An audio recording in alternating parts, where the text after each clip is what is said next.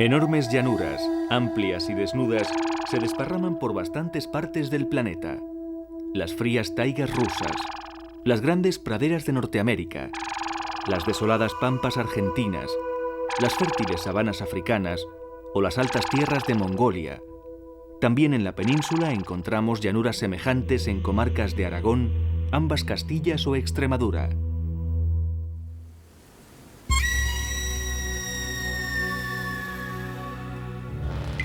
Sin embargo, estas supuestas estepas, en el caso de la península, se originan en las actividades humanas. Las grandes planicies que se distribuyen por distintos lugares surgieron poco a poco hace escasos cientos de años.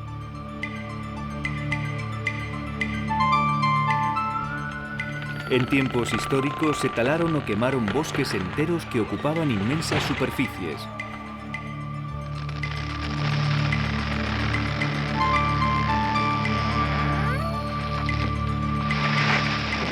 Los motivos de este cambio fueron diversos. La necesidad de cultivar tierras para abastecer de alimento a las crecientes poblaciones humanas, la creación de pastos para alimentar a la cada vez más numerosa e importante cabaña ganadera, o también durante la Reconquista, como estrategia bélica, siguiendo el consabido principio de hacer tierra quemada.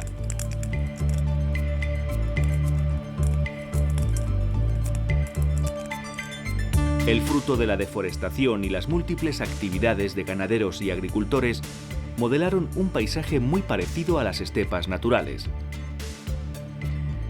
En esencia, se trata de enormes extensiones de terreno más o menos llano, cubierto de una vegetación herbosa y desprovista casi por completo de árboles o matorrales. En gran medida, estos parajes siguen ocupados por el ser humano, que continúa realizando las mismas actividades agropecuarias. Eso sí, las técnicas de cultivo han cambiado mucho en el último siglo.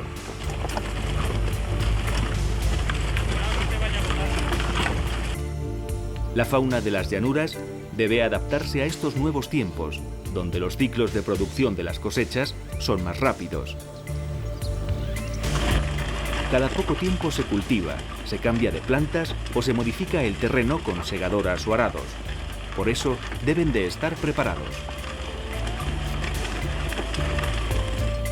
A simple vista, parece un paisaje inhóspito, demasiado desprotegido. Sin embargo, los animales que viven allí son bastante numerosos. Para muchas aves, este es el hogar ideal. De hecho, son ellas quienes mejor explotan las estepas. Su capacidad de desplazarse las permitió ocupar estos amplios y nuevos lugares. Algunas son muy populares.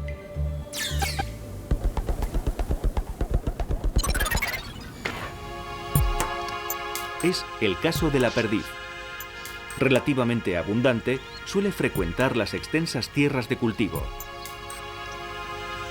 Al final del invierno ya se ven algunas parejas que sienten querencia por algún rincón más discreto.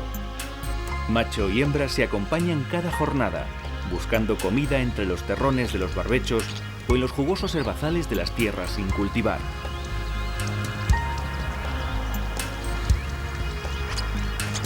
Estas aves son tradicionales piezas de caza.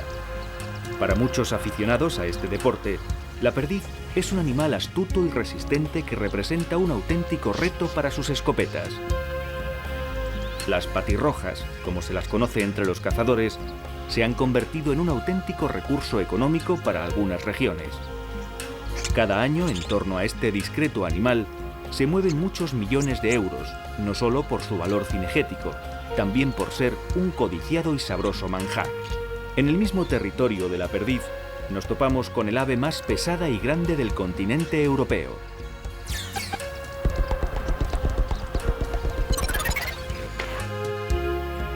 Las avutardas se asemejan a pequeñas avestruces. Los machos pueden llegar a pesar 14 kilos, mientras que las hembras rondan los 8. Es una de las pocas especies de aves donde los machos son mucho mayores que las hembras. La corpulencia de las avutardas y su peso las coloca al límite de la capacidad de vuelo. De hecho, siempre que pueden, prefieren caminar.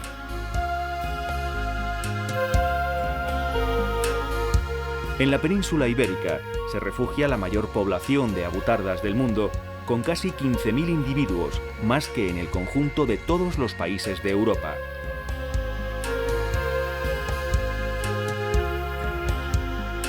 A pesar de las cifras, también en la península estuvieron en peligro de extinción.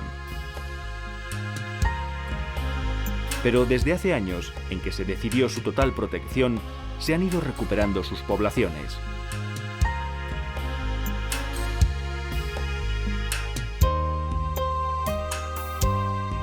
Ahora, a finales del invierno, se congregan en bandos que comienzan a sentir la llegada de la primavera. Salvo el tamaño, pocas diferencias existen entre machos y hembras, que tienen un aspecto muy parecido.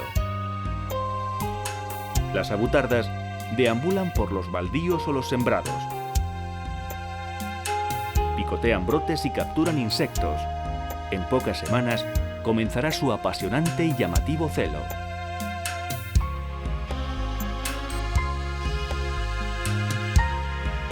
En otro lugar de la llanura encontramos un discreto pájaro.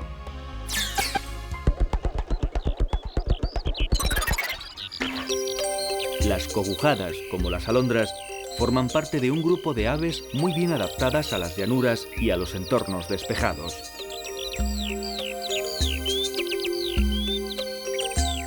Son los aláudidos. Los colores de estos pájaros son muy discretos, acordes con el paisaje en el que viven. Su plumaje siempre muestra tonos terrosos, de forma que les basta con estarse quietas y acurrucadas para pasar desapercibidas ante cualquier peligro. Cerca de ellas observamos un pájaro que solo está de visita.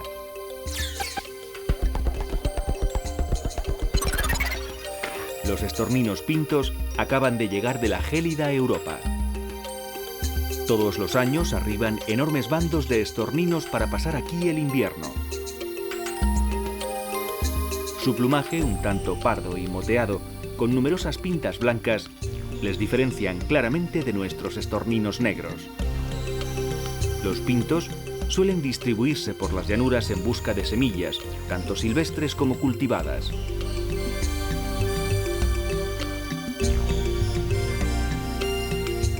En ocasiones, se agrupan en bandos de decenas de miles de individuos que invaden las plazas y calles de las ciudades, donde encuentran más calor y seguridad que en las campiñas.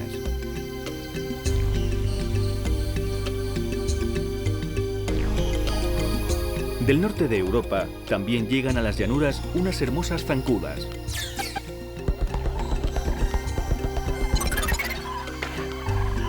Las grullas vienen de paso. Se toman un respiro en las planicies próximas a alguna laguna.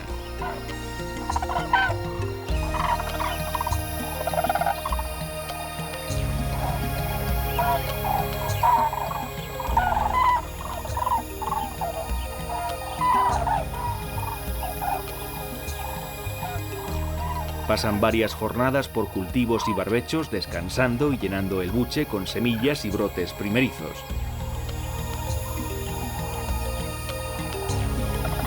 Su estancia es corta pero habitual. En pocos días llegan a sus cuarteles definitivos en tierras extremeñas. Allí también es probable que, aparte de bellotas, se acerquen a los campos cultivados, donde los trigos o las cebadas más crecidas les ofrecen un suculento bocado.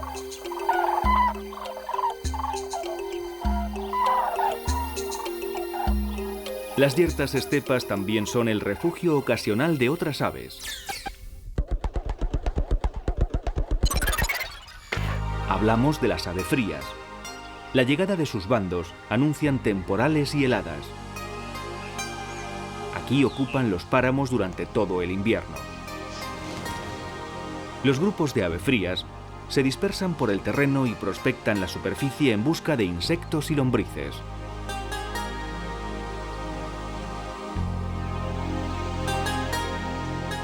Poseen una insospechada habilidad para descubrir y capturar a los gusanos.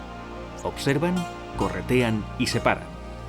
Cuando ven una, se abalanzan y la capturan.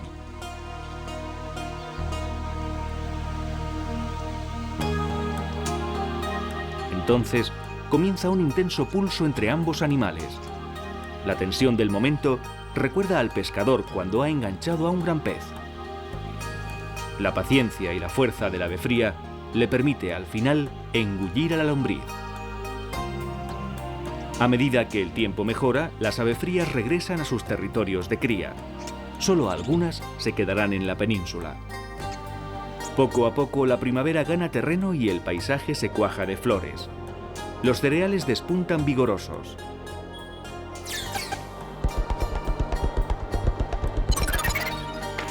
Entre la vegetación descubrimos a los sisones. Son parientes cercanos de las avutardas. Según comienza la primavera, entran en celo.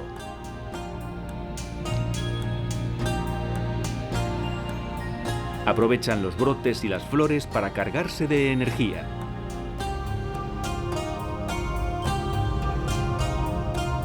La vegetación está tan alta que apenas se les distingue a pesar de medir cerca de medio metro. Los machos visten sus galas de celo. En el cuello y el pecho destaca un contrastado diseño negro sobre blanco con forma de V. Para atraer a las hembras, silba de una extraña manera y hace ostentación de su llamativo traje. Los parajes verdes y lozanos en poco recuerdan a los inhóspitos del pasado invierno.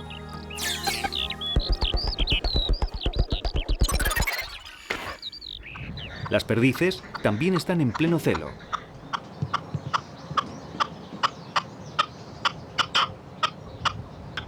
Los machos se encaraman en los cantaderos y emiten su sonoro cloqueo. La hembra siempre anda cerca.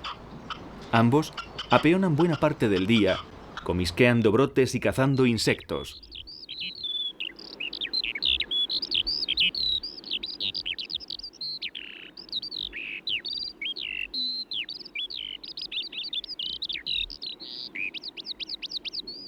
Cada poco tiempo, el macho repite su reclamo. Entretanto, ella ha decidido limpiarse el plumaje. Nada mejor que un buen baño de arena. El polvo va a neutralizar el exceso de grasa que pueden tener las plumas. Es la mejor forma de evitar un plumaje aceitoso, ya que las finas partículas de polvo absorben el exceso de grasa. Además, con la arenilla incomodan a los molestos piojos que se aferran al plumaje. En las zonas más áridas, las aves esteparias sustituyen el aseo con agua mediante los frecuentes baños de arena que consiguen el mismo efecto. Algunos mamíferos llegan a sentirse cómodos en estas extensiones.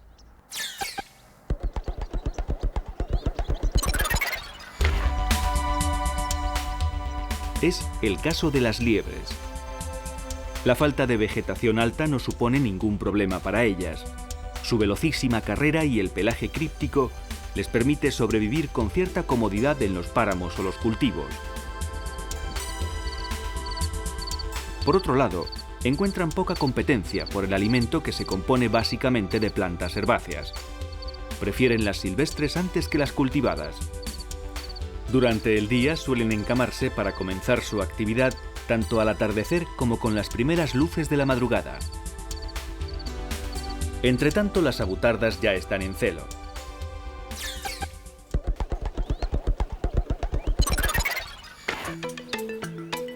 Es uno de los momentos más intensos de las estepas.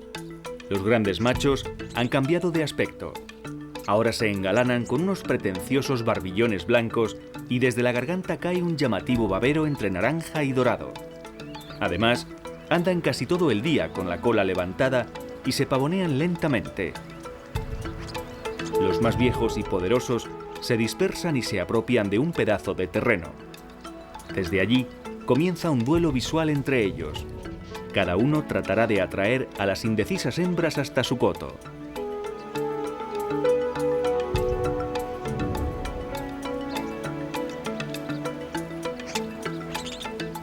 En el momento más álgido despliegan las barbas, vuelven las alas y levantan la cola, convirtiéndose por unos instantes en unos bamboleantes copos de nieve.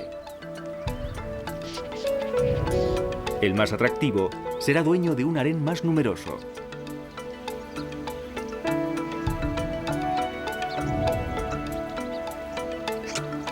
Las nuevas técnicas de cultivo en el que la tierra se rotura con más rapidez y las cosechas se siegan antes ha dañado a muchas aves, avutardas incluidas, que pierden con frecuencia sus puestas por las labores agrícolas. No obstante, algunas campiñas se conservan con el ritmo tradicional para que estas comunidades de aves puedan sobrevivir. Las escasas avefrías que quedan en la península van más adelantadas.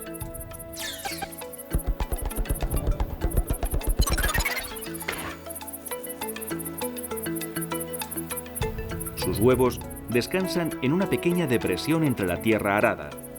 Suelen poner 4 huevos de coloración terrosa que eclosionan en poco más de 3 semanas. Son muy fieras a la hora de defender su territorio. Incluso las lavanderas y otros pequeños pájaros hacen cerca sus nidos para sentirse protegidas. Saben que si aparece cualquier enemigo, las avefrías no tardarán en atacarle. Un grupo de barbones se ha acercado demasiado. Y las avefrías no tardan en responder con un enfurecido ataque aéreo.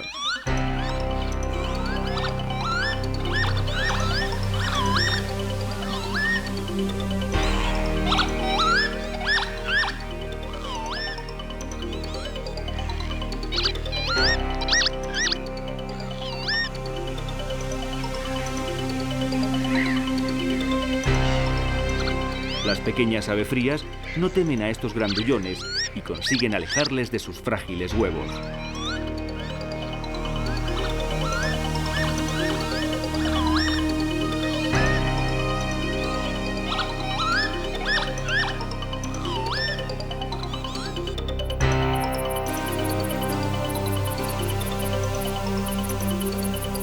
En un ambiente más herboso, nos reencontramos con las perdices.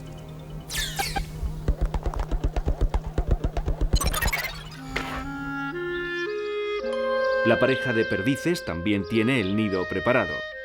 Los huevos se acumulan protegidos por la vegetación. En cuanto acaba la puesta, la hembra comienza a incubar. Se acomoda delicadamente sobre una multitud de huevos.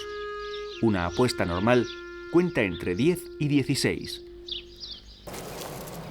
Pasados 20 días o poco más, nacen todos los pollos. En muy pocas horas siguen a su madre por todas partes. Ella les protege de cualquier peligro. Mientras son tan pequeños, se cobijan rápidamente bajo su cuerpo. La madre siempre vigilará a sus crías. Los peligros pueden venir de cualquier parte. No muy lejos patrulla un posible enemigo.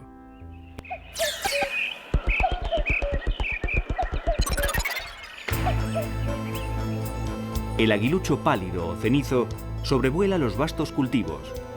Es un predador adaptado a las grandes llanuras. Su táctica de caza más habitual consiste en planear continuamente a baja altura. Sus estrechas y largas alas se apoyan sobre los continuos vientos que recorren las estepas. El macho es de color gris azulado, mientras que la hembra combina tonos marrones y cremas. Ambos pasan gran parte del día volando hasta que descubren una víctima y se dejan caer sobre ella. En las grandes llanuras, las víctimas de los aguiluchos suelen ser pequeños animales.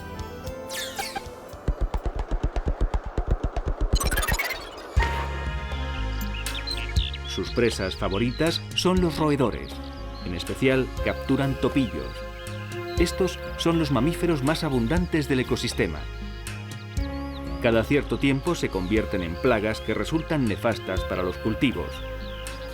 Cuando las condiciones ambientales son favorables, se producen explosiones demográficas y los cultivos se ven atacados por miriadas de roedores que devoran los brotes y socavan las raíces con sus larguísimas galerías.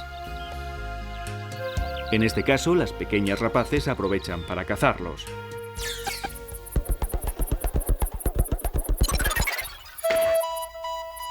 La abundancia de topillos favorece sus posibilidades de captura y les permite, como en el caso de este cernícalo, alimentarse bien durante toda la temporada. En estas ocasiones, tanto los cernícalos como los mochuelos o las lechuzas hacen puestas muy numerosas, ya que tienen la seguridad de poder alimentar a todos sus pollos. En cuanto se emancipan, las crías contribuyen a mitigar la plaga de roedores. En un solo mes, cada nido de cernícalos puede consumir más de 600 topillos. Los enemigos de las cosechas no se limitan a los roedores.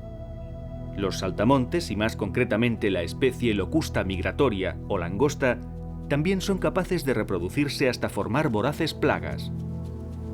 En algunas comarcas de Aragón, Castilla y Extremadura, todavía se producen invasiones capaces de devastar amplias superficies de vegetación, incluidas las cosechas. Por supuesto, también tienen enemigos que son eficaces aliados de los agricultores.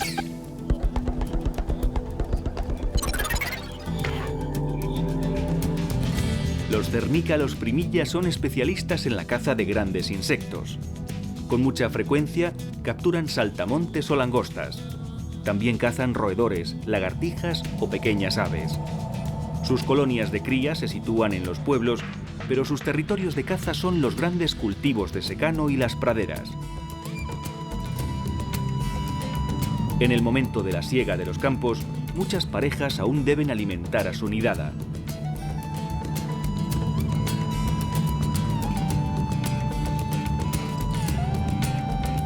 Estas pequeñas rapaces han aprendido a seguir a las cosechadoras. Saben que a su paso, los insectos y otros pequeños animales huyen despavoridos sin prestar atención. Los primillas, cerniéndose sobre ellos, aprovechan esos momentos de confusión para atraparlos. El calor aprieta en la llanura. Durante el verano es fácil superar los 40 grados.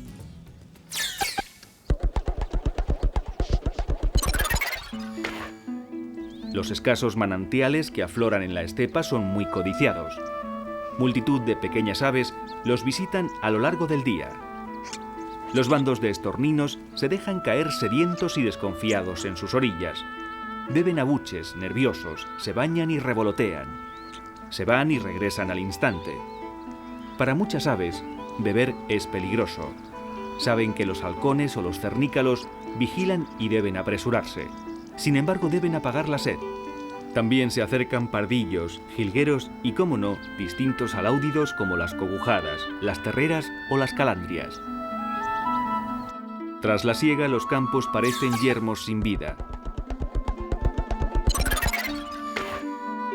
Los pastores surcan la meseta con rumbo incierto. Desde hace muchos cientos de años caminan por estos parajes. Se pasean por la comarca buscando los campos baldíos, los barbechos y las rastrojeras.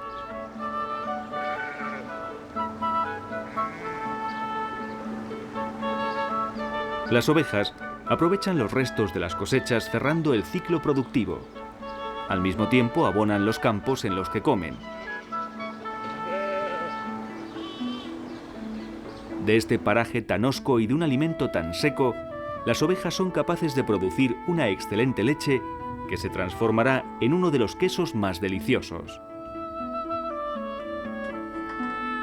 Cuando el verano va llegando a su fin, aún podemos observar a las cigüeñas por estos parajes.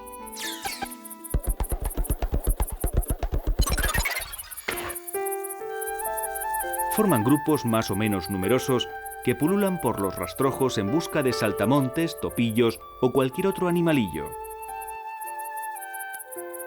Se concentran poco a poco en bandos que en pocos días partirán hacia el sur. En ellos descubriremos a las familias del año, que emprenden juntas el largo viaje migratorio. Pero una sorpresa nos ha estado esperando hasta este momento.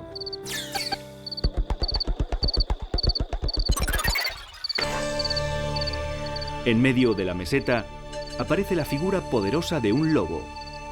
No está aquí por error. No viene de las montañas lejanas ni va hacia un umbrío bosque. Vive aquí, en la llanura, entre los cultivos. Y es aquí donde ha criado a sus lobeznos. En los últimos años, este cánido ha sido capaz de adaptarse discretamente a un ambiente totalmente humanizado, donde el paisaje muta cada estación y las actividades agrícolas son continuas.